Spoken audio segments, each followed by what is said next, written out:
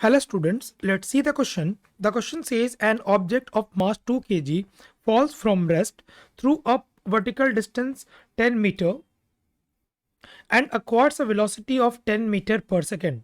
The work done by the resistive force of air on the object is.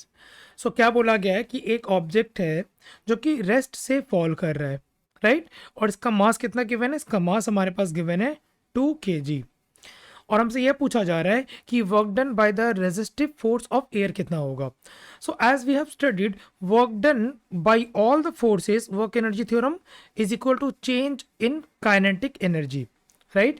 सो ध्यान से देखना यहाँ पे कौन कौन सा फोर्स एक्ट हो रहा है. यहाँ पे हमारा एक फोर्स एक्ट हो रहा है ग्रेविटी, जो कि डाउनवर्ड डायरेक्शन में एक्ट होगा, और एक फोर्स एक्ट हो रहा है हमारा एयर रेजिस्टेंस, जो कि मोशन के ऑपोजिट होगा. तो बॉडी अगर नीचे आ रहा है सो फ्रिक्शन हमारा, एयर फ्रिक्शन हमारा ऊपर की तरफ लग रहा है, right? So work done by the air friction plus work done by the gravity is equal to change in kinetic energy.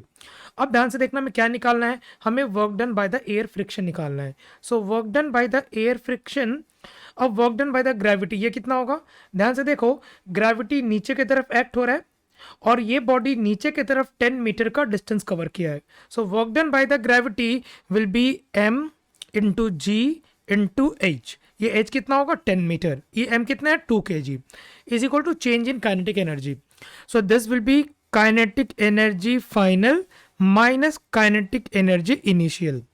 So work done by the air friction ये again हमें निकालना है. So this will be 2 into 10 into height is 10 meter is equal to, finally इसके पास speed है 10 meter per second, so this will be 1 by 2 into 10 square minus initially ये rest पे था, so this will be 0. so ये कितना आ गया हमारे पास? work done by the air friction will be equal to, ये आ गया हमारे पास 100 और ये हो जाएगा हमारे पास 100 into 2 minus 200. So this will be minus of 100 joule. So the work done by the air friction will be negative of 100 joule. So the correct answer of this question will be your option number 4. So I hope all of you got the answer. Thank you.